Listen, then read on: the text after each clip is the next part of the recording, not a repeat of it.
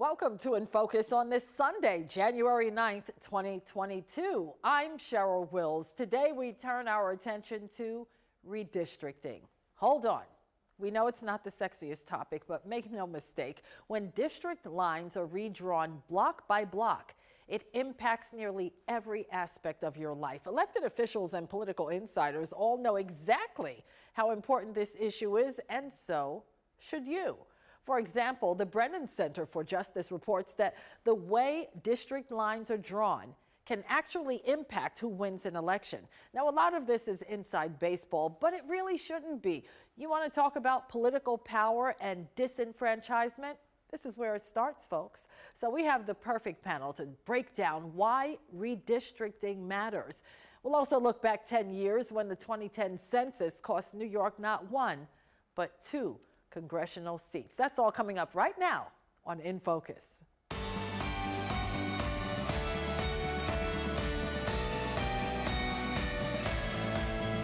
Okay, so let's begin our discussion on redistricting with Queens State Senator Michael Gianaris. Senator, Happy New Year and thanks for being here.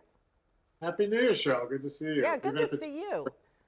Yes. Yeah, so this issue is not new to you. You've been beating the drum about redistricting for well over a decade. Explain for our viewers why redistricting matters to everyday New Yorkers.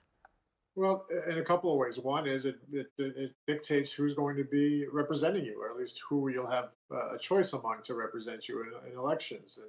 And so it matters a lot to people who are in a particular district not to get moved into a new one, or in some cases, communities have been specifically divided to keep them from electing someone who represents them. That's what we call gerrymandering, right? In worst cases.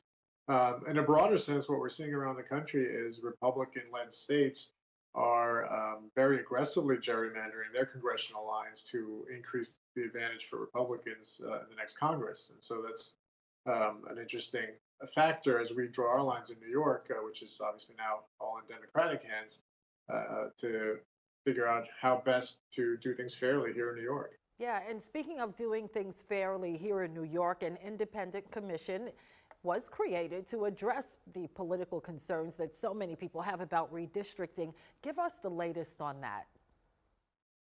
Well, the commission that's been set up was the result of a deal between then Governor Cuomo and the Senate Republicans who were in charge of the Senate 10 years ago. And while they pretended to set up something that was going to be independent of the political forces, it was really just a deal to allow the Senate Republicans additional influence because they knew we were coming and eventually would take over the Senate. And so now we're seeing the results of all that. They have not been able to come to terms on an agreed upon plan. They've sent us two plans, one drawn up by the commissioners appointed by Democrats and one drawn up by the commissioners appointed by Republicans. And now we're in the legislature. It falls to us to consider these plans very soon. We don't have a lot of time. And if they are unable to reach consensus with their plans amongst the legislature, then we would have the ability to amend their plans as we see fit. Do you have faith that this can all be hammered out within a month's time? I think so, one way or the other. Right now, we have the way the process works is the commission gave us their first effort, and we have to consider it. We're required to. Hopefully, we'll do that very soon. And then if we do not accept what they sent us within 2 weeks, they have to send us a second plan. If we don't accept that, then the legislature is empowered to conclude the process on our own. I think if it comes to that, that we'll be ready to move quickly. It shouldn't be that difficult. We have good partners in the Assembly that would work with us on this. And we don't really have a choice either, Cheryl. We have to get this done probably by the first week of February if we want to get everything in place in time. Yeah, you have no choice. You got to get it done. You know, a lot of people may think this is inside baseball. Why do I care? Why do I need to care? Well, interestingly, you, Senator, have neighbors who don't even understand why they can't vote for you. Is that correct? Yeah, well, the last time this happened, some of the games that Republicans have played over the years is they actually first drew me out of my own district just to punish me for being a vocal opponent back then. And then when that caught a lot of public attention and they corrected it, they still siphoned off a good piece of northern Astoria, which is where I live and where I grew up and where a lot of my supporters who have known me for so many years vote. And so we had a number of examples where people went to vote on election day starting in 2012 and didn't see my name on their ballots and got very confused. And we started fielding a lot of calls. We had to explain it to everybody.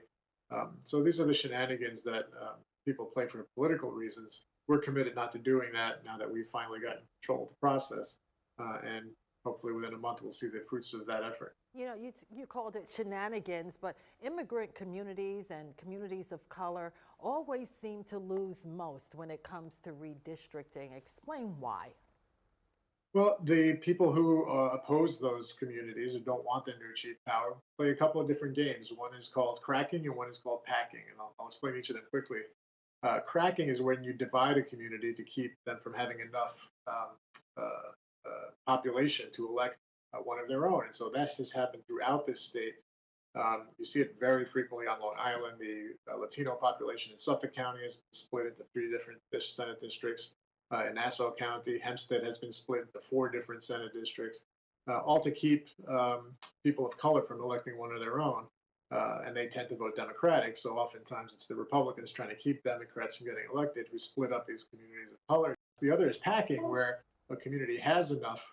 And what they do then is cram as many people from those communities into one district so that they don't elect 2 people, that they would only be limited to 1 representative when maybe they would have enough population to win 2 elections.